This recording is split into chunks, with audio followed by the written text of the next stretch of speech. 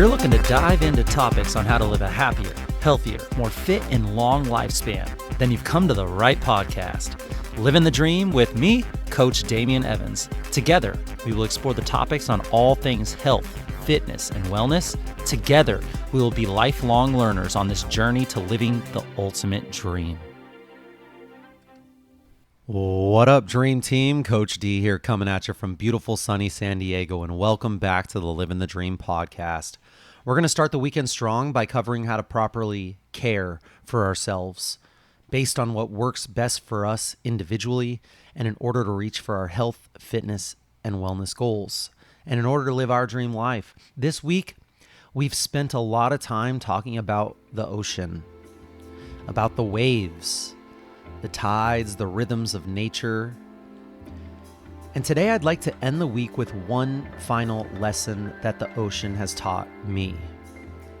One thing that I think we all need to hear a little more often. Sometimes the best thing that you can do is float. When people get caught up in a rip current, their first instinct is to almost always the same, swim towards the shore. Panic, fight, swim as hard as they possibly can, straight back. It makes sense. When we're scared, our instinct is to fight harder. But that's exactly what gets many people in trouble. Lifeguards teach something very different. They say to stay calm, to float, to take a breath. Don't waste all your energy fighting something stronger than you. Once you've taken a moment, start to swim parallel to the shore. Work with the current instead of against it. Eventually, you'll find your way back. And I think life works the same way.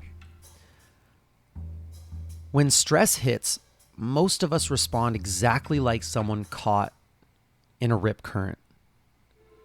We work longer, we sleep less, we drink more coffee, we skip our workouts. We rush through our meals and we stay on our phones longer and longer, telling ourselves, I'll slow down next week. Next week, all of this will get a little less crazy. I'll rest just after this project is done. I'll take care of myself when life starts to settle down, when summer's over and the kids are back in school.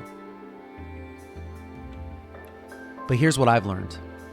Life doesn't magically settle down. There will always be another wave of emails, another wave of responsibilities, another wave of challenges. If we're always waiting for calm before we take care of ourselves, well, we may end up waiting forever, and it may never come.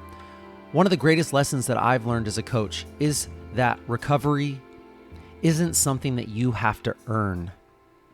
Recovery is literally part of the process of training, of growing, of becoming a better person. Somehow we've convinced ourselves that resting is lazy, that slowing down means we're falling behind. But let's think about nature for a second. The ocean doesn't apologize when the tide goes out. Winter doesn't feel guilty because it's not spring or summer. Night doesn't apologize for replacing the day. Everything in nature understands something that we've forgotten. Recovery isn't weakness. Recovery is preparation. One of my favorite hours every month is teaching a yin yoga deep stretch class at Sweat Circuit. People often walk into class thinking that they're coming to, I need to stretch my hips or loosen up my back or improve my flexibility. And sure, those things can happen, but that's almost never what they leave talking about. They leave saying things like, oh, I didn't realize how much I needed that. Or I haven't slowed down like that in years. I forgot what it feels like to breathe deeply and focus on my breath. It's amazing. I love it. Sometimes what our body is asking for isn't another workout. It's permission to slow down, permission to be still, permission to stop performing for just a little while. I remember talking with someone after class once, and they looked at me and they said, Coach, I don't know how to relax anymore. I don't know how to relax. And they weren't joking. They genuinely meant it. And honestly, I could vibe with what they were talking about because I'm the same exact way. I feel guilty when I relax. I feel like I need to be doing something. The way I relax is so active. It would be considered a workout for some people. I think a lot of people feel that way. We've become so good at doing things, at being human doings, not human beings. We've become so good at doing that we've forgotten how to simply be human beings.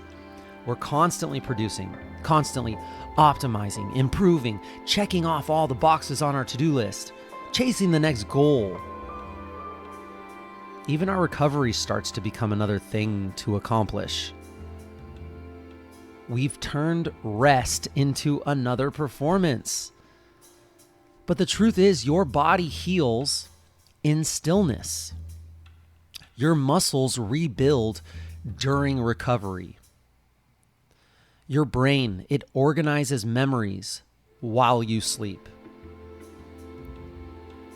Your nervous system settles when you breathe slowly. I bet you some of your best ideas, they don't arrive while you're grinding away. They arrive while you're walking on the beach, taking a shower, randomly driving in silence, watching a sunset. Because when the noise in your mind quiets down, when the noise in your environment quiets down, when the noise quiets down, your mind finally has room to speak to you. This week we've talked about waves over and over again, and maybe that's because life isn't about avoiding the waves. It's about learning which ones to ride, which ones to dive under, which ones to simply require you to float over the top. There are seasons to push, there are seasons to grow, there are seasons to build. But there are also seasons to recover. None of those seasons are more important than the others. They all belong. So here's my invitation for you this weekend. Not a challenge, but an invitation. Give yourself 1 hour, just one. No agenda, no productivity, no optimization. I want you to go to the ocean. Or you can sit in your backyard. You could read a book, take a slow walk, call someone that you love. Just lay in a hammock, journal, stretch, pray, meditate. My favorite, watch the sunset. I want you to do something that reminds you that you're a human being, not a human doing. Because sometimes the most productive thing that you can do is absolutely nothing. 1 hour. Write it down like it's an appointment with the intention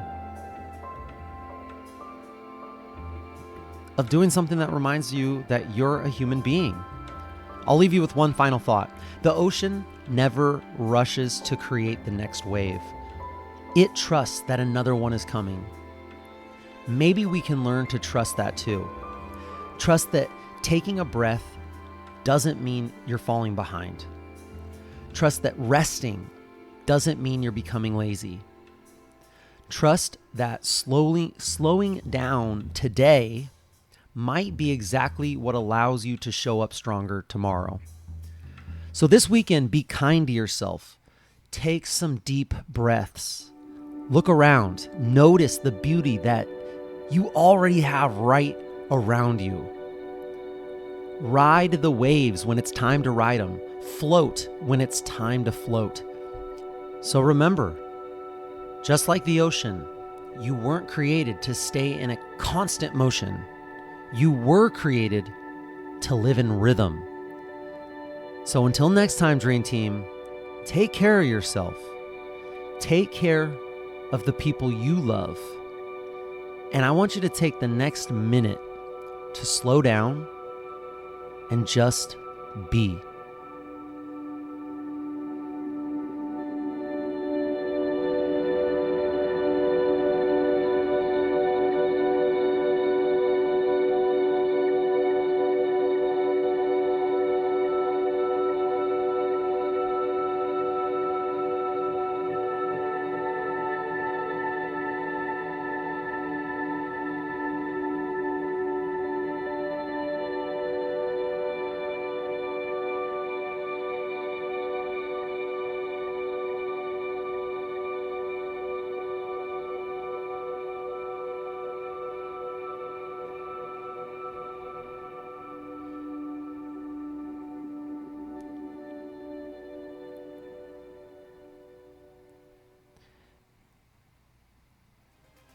I want to thank you so much for joining me on this Self-Care Saturday episode of the Livin the Dream podcast. If this episode inspired you, share it with a friend who could benefit from what we talked about today. And don't forget to subscribe or comment on whatever platform you're using.